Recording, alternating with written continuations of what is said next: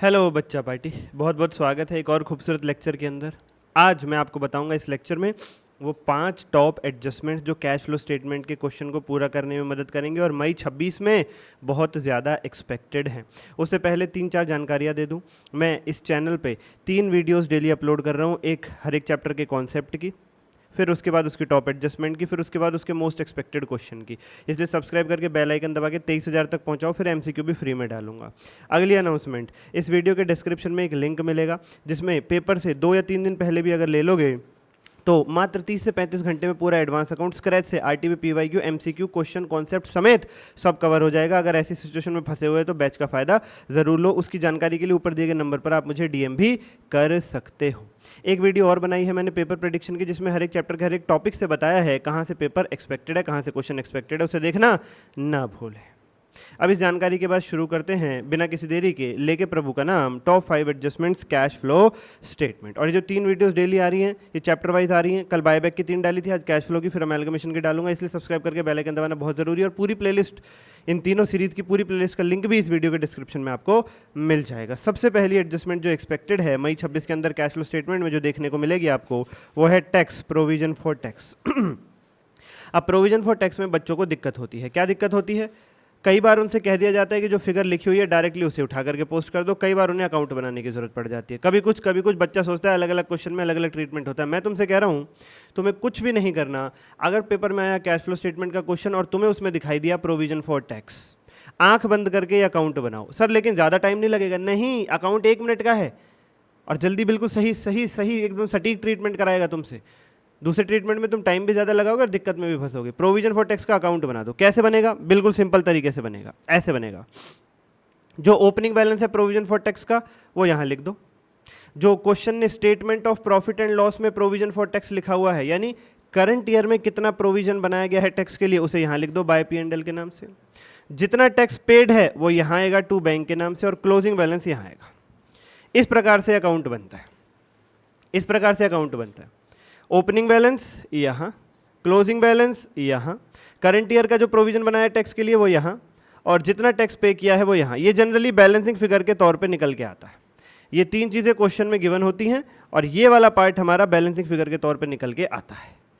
ठीक है सर, ठीक है। उसके बाद क्या करना है? अकाउंट बन गया, खाता पूरा हुआ आपका। अब ये वाला जो अमाउंट है इसे ऑपरेटिंग एक्टिविटीज़ में प्लस करोगे। जो करंट ईयर का प्रोविजन है इसे ऑपरेटिंग एक्टिविटीज में प्लस करोगे नेट प्रॉफिट बिफोर टैक्स की कैलकुलेशन में। और ये वाला जो अमाउंट है, ये जो निकल के आएगा हमारा ये वाला अमाउंट, इसे ऑपरेटिंग एक्टिविटीज में माइनस करोगे। जो बिल्कुल नीचे माइनस करते हैं tax paid, income tax paid करके जो बिल्कुल नीचे माइनस करते हैं, इसे वहाँ पे माइनस करोगे। ओके सर, हम आपकी बात समझ पा रहे हैं। ओके ओके ओके, इसे वहाँ माइनस करेंगे। हाँ जी प्यारे प्यारे बच्चों, इसे वहाँ माइनस करेंगे। बस दैट्स इट। अब notes, provision for tax account से रिलेटेड कुछ कीमती बातें। पहली बात, कोई भी 3 इनमें से गिवन अगर क्वेश्चन में हो तो चौथी हम बैलेंसिंग फिगर के तौर पे निकाल लेंगे। हाँ, जैसे अभी बताया मैंने, ओपनिंग बैलेंस, करंट ईयर का प्रोविजन, क्लोजिंग बैलेंस गिवन होगा। बैंक वाला जो पेड है अमाउंट टैक्स का, उसे हम निकाल लेंगे बैलेंसिंग फिगर के तौर पर। बिल्कुल ठीक सर जी, no problem with that. Yes जी। अगला नोट, अगर क्वेश्चन में अमाउंट पेड और करंट ईयर का प्रोविजन दोनों गायब कर दे, अब 4 में से 3 चीज दे रखी हो तो ठीक है, चौथी बैलेंसिंग फिगर के तौर पे आ जाएगी। पर कई बार क्वेश्चन गेम खेलता है, इसे भी गायब कर देता है। ओ सॉरी, दोबारा बोलूंगा। इसे भी गायब कर देता है टू बैंक वाले अमाउंट को, और ये भी नहीं बताता करंट ईयर का प्रोविजन कितना है। ओ माय गॉड, फिर तो 2 मिसिंग फिगर है, फिर कैसे निकलेंगी? फिर क्या करना, ओपनिंग बैलेंस को ही यहाँ लिख देना उठा के, और क्लोजिंग बैलेंस को ही इसमें लिख देना उठा करके। हो अज्यूम कर लेंगे जो ओपनिंग बैलेंस है उतना ही टैक्स पेड है, टू बैंक में आ जाएगा, और जितना क्लोजिंग बैलेंस है उतना ही हमने करंट ईयर का प्रोविजन बनाया था। ये अज्यूम कर लेंगे उस केस में। ये हो गया प्रोविजन फॉर टैक्स अकाउंट, और अकॉर्डिंगली करंट ईयर के प्रोविजन को ऑपरेटिंग में प्लस कर देना और टू बैंक वाले अमाउंट को ऑपरेटिंग में माइनस कर देना। अगली जो बेहद बेहद बेहद बेहद बेहद महत्वपूर्ण एडजस्टमेंट आती है वो है प्रॉपर्टी, प्लांट, इक्विपमेंट और एक्यूमुलेटेड डेप्रिसिएशन अकाउंट। प्यारे प्यारे बच्चों, मन के सच्चों, होता क्या है, क्वेश्चन में एसेट से रिलेटेड बहुत सारी इन्फॉर्मेशन आ जाती है कैश फ्लो के क्वेश्चन में, कि इस टाइम पे खरीदा था, उसका इतना हिस्सा बेच दिया, बेचते टाइम इतना डेप्शन लगा, और करंट ईयर का इतना है। तो बच्चा कंफ्यूज हो जाता है, कौन सी फिगर उठाएं, कहाँ लिखें, क्या करें क्या ना करें, कैसी मुश्किल है, कोई तो बता दे इसका हल। ओ मेरे भाई, मैं बता रहा हूँ आपको क्या करना है उस केस में। आपको पीपीई अकाउंट और एक्यूमुलेटेड डेप्रिसिएशन अकाउंट, ये 2 अकाउंट बना लेना है। प्यारे बच्चों, बैच ले लो, 35 घंटे में सब कवर हो जाएगा। वीडियो के डिस्क्रिप्शन में सारी सीरीज़ का फ़ायदा उठाओ। वीडियो का डिस्क्रिप्शन बहुत कीमती है, बहुत ज़्यादा, बहुत कीमती है। ये सब पीडीएफ पाने के लिए मुझे डीएम कर देना ऊपर दिए गए नंबर पर। PP account, accumulated डेप्शन account. PP यानी एसेट का अकाउंट, एसेट का अकाउंट। बहुत ही सिंपल तरीके से बनेगा। ओपनिंग बैलेंस यहाँ लिखो, प्लस जितना और खरीद लिया तो पेमेंट होगी टू बैंक आएगा, वो यहाँ लिखो, उसमें से जितना बेच दिया वो यहाँ लिखो, ठीक है, और जो बच गया क्लोजिंग बैलेंस वो यहाँ लिखो। This is very very simple. इतना नहीं कर सके तुम? ओपनिंग इतना था, प्लस इतना एसेट खरीद लिया, माइनस इतना एसेट बेच दिया, इक्वल टू इतना एसेट बचा हुआ है, वही तो कर रहे हैं हम भाई। ओपनिंग इतना था, प्लस इतना खरीद लिया, माइनस यानी दूसरी साइड पे लिखते हैं, इतना बेच दिया, इक्वल टू इतना बच गया, by balance sheet closing balance. अब बेचते वक्त अगर लॉस हुआ है तो यहाँ आएगा बाय P&L, बेचते वक्त लॉस प्रॉफिट कुछ भी हो सकता है। बेचते वक्त अगर प्रॉफिट हो गया तो यहाँ आ जाएगा टू P&L, यहाँ आ जाएगा टू P&L।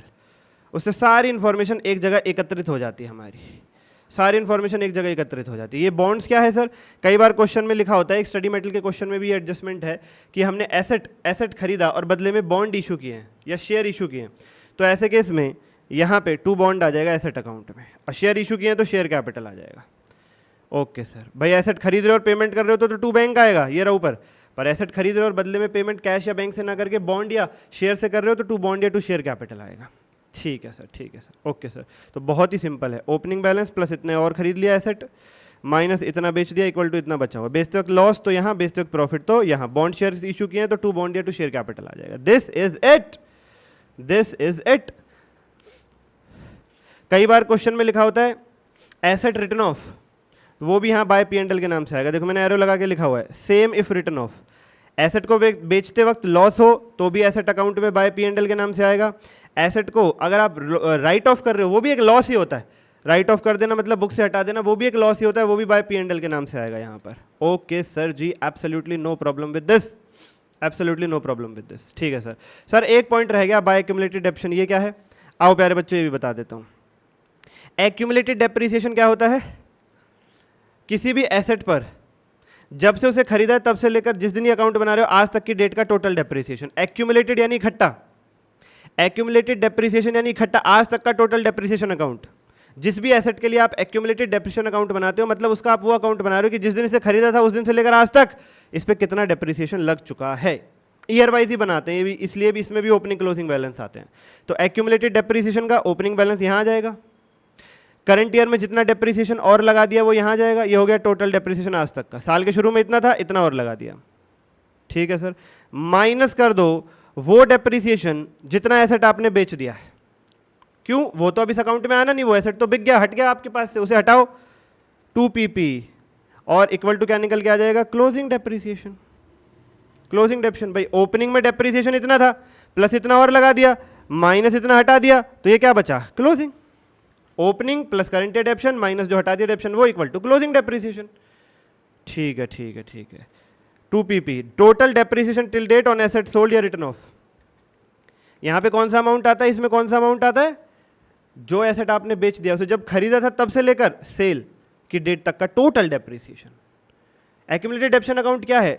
आज तक का टोटल डेप्रिसिएशन। अब उस अकाउंट में से अगर कोई एसेट चला गया है तो उस एसेट पे जो आज तक की डेट का टोटल डेप्रिसिएशन है वो हटा दो, क्योंकि वो अब इस अकाउंट में रहना नहीं। एसेट ही चला गया तो उसका डेप्रिसिएशन मेंटेन करके क्या करोगे? और यही फिगर ऊपर आ जाती है प्यारे बच्चों, उठ करके यही फिगर ऊपर आ जाती है यहाँ पर सेम टू सेम। देखो मैंने एरर लगाया हुआ है, यही फिगर यहाँ आ जाती है by accumulated depreciation, by accumulated depreciation के नाम से, यही फिगर सेम टू सेम।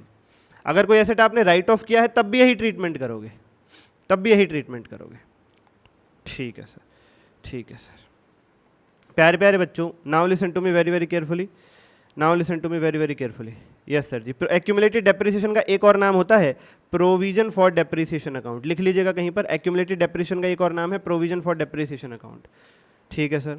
अगली बात क्या ध्यान रखनी है, अगर क्वेश्चन में एक्यूमुलेटेड डेप्रिसिएशन या फिर प्रोविजन फॉर डेप्रिसिएशन है ही नहीं, केवल PP अकाउंट है, तो क्या चेंजेस आ जाएंगे? फिर ये अकाउंट तो बनेगा नहीं, फिर यहाँ पर बाय एक्यूमुलेटेड डेप्रिसिएशन की जगह केवल करंट ईयर का डेप्रिसिएशन आएगा, बस इतना परिवर्तन आ जाएगा। मतलब ये वाला जो डेप्रिसिएशन है ये उठ के ऊपर आ जाएगा बाय एक्यूमुलेटेड डेप्रिसिएशन की जगह बाय डेप्रिसिएशन करंट ईयर का, और ये अकाउंट बनेगा ही नहीं, ये अकाउंट बनेगा ही नहीं। This is it.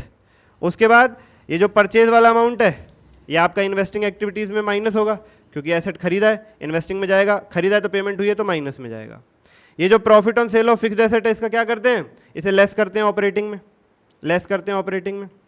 ये जो डेप्रिसिएशन करंट ईयर का इसे क्या करते हैं? ऑपरेटिंग में प्लस करते हैं। ऑपरेटिंग में प्लस करते हैं। ये जो सेल होगी इसे क्या करते हैं, इन्वेस्टिंग में प्लस करते हैं। ये जो लॉस ऑन सेल इसे क्या करेंगे, ऑपरेटिंग में प्लस करेंगे। तो जो मैंने बताया अकॉर्डिंगली लिख लेना। टू बैंक वाले अमाउंट को इन्वेस्टिंग में माइनस, टू P&L वाले को ऑपरेटिंग में माइनस, बाय डेप्शन को ऑपरेटिंग में प्लस, बाय बैंक को इन्वेस्टिंग में प्लस और by P&L loss on sale वाले को ऑपरेटिंग में प्लस। This is it. तीसरी एडजस्टमेंट, अगर डिविडेंड पेबल अकाउंट बनाना पड़ जाए, क्वेश्चन की बैलेंस शीट में डिविडेंड पेबल का ओपनिंग क्लोजिंग बैलेंस दे रखा हो, तो क्या करोगे, सेम प्रोविजन फॉर टैक्स की तरह जैसे ऊपर बनवाया था, सेम बिल्कुल वैसे ही, सेम टू सेम बिल्कुल वैसे ही। अच्छा, चौथा point, net profit before tax की कैलकुलेशन कई बार हमें खुद करनी पड़ती है, जिसका नेमनिक कोड है NTPI, NTPP। एन से नेट प्रॉफिट करंट ईयर का सारी अप्रोप्रिएशंस के बाद, रिजर्व वगैरह में ट्रांसफर करने के बाद, प्लस टी से transfer to reserves, plus propose dividend previous year का, plus interim dividend paid during the year current year का, plus provision for tax current year का जो ऊपर प्रोविजन फॉर टैक्स अकाउंट में बाय P&L के नाम से लिखा हुआ था राइट साइड, माइनस अगर रिफंड ऑफ टैक्स कोई है तो वो। NTPI, एन से नेट प्रॉफिट करंट ईयर का after all appropriation, plus transfer to reserve, plus provision, plus propose dividend previous year का, plus in time dividend paid during the year, plus provision for tax current year, minus refund of tax if any. और end में आ रहे हैं कुछ कीमती notes, and में आ रहे हैं कुछ कीमती नोट्स। बैंक ओवरड्राफ्ट को फाइनेंसिंग एक्टिविटी में डील करेंगे, ना कि ऑपरेटिंग में, करंट लायबिलिटी में।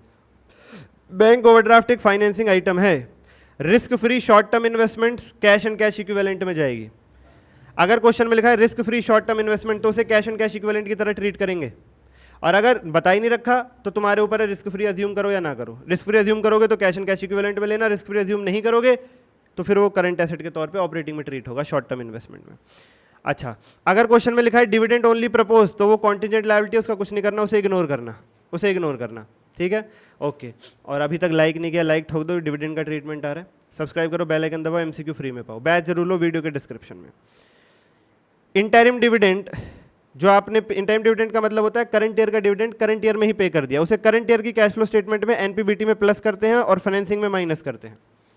एग्जाम्पल, 23-24 की कैश फ्लो स्टेटमेंट बना रहे हो और 23-24 में आपने कोई इंटरिम डिविडेंड पे किया है, तो क्या करोगे, 23-24 की कैश फ्लो स्टेटमेंट में NPBT net profit before tax की कैलकुलेशन में प्लस जैसे ऊपर लिखा था अभी, इंटरिम डिविडेंड प्लस कर देते NTPI में, NTPP में, ठीक है सर, और फाइनेंसिंग में माइनस, ठीक है सर। अगर फाइनल डिविडेंड की चर्चा है क्वेश्चन में, तो करंट ईयर की कैश फ्लो स्टेटमेंट में पिछले साल का जो प्रॉफिट्स का डिविडेंड है, पिछले साल के प्रॉफिट से रिलेटेड जो डिविडेंड है, वो करंट ईयर की कैश फ्लो स्टेटमेंट में आएगा। यानी 23-24 का फाइनल डिविडेंड 24-25 की कैश फ्लो स्टेटमेंट के NPBT में प्लस और फाइनेंसिंग में माइनस होगा। क्यों, फाइनल डिविडेंड में मीटिंग करानी पड़ती है, प्रपोज अप्रूवल कराना पड़ता है, वो आते आते अगला साल आ जाता है। और cash flow statement cash basis पे बनती है, जिस ईयर में पे हो रहा है डिविडेंड उस ईयर की कैश फ्लो स्टेटमेंट में जाएगा, और फाइनल डिविडेंड पे होते हो अगला साल आ जाता है। इसलिए 24-25 की ही कैश फ्लो स्टेटमेंट में फाइनल डिविडेंड का ट्रीटमेंट करेंगे। मैं रिपीट कर देता हूं, इंटरिम डिविडेंड 23-24 का इंटरिम डिविडेंड 23-24 की ही कैश फ्लो स्टेटमेंट में NPBT में प्लस और फाइनेंसिंग में माइनस होगा। 23-24 का फाइनल डिविडेंड 24-25 की कैश फ्लो स्टेटमेंट में NPBT में प्लस और फाइनेंसिंग में माइनस होगा। एक लाइक, एक सब्सक्राइब कीजिए। आज के लिए इतना ही, धन्यवाद। सारी सीरीज का फायदा उठाइए।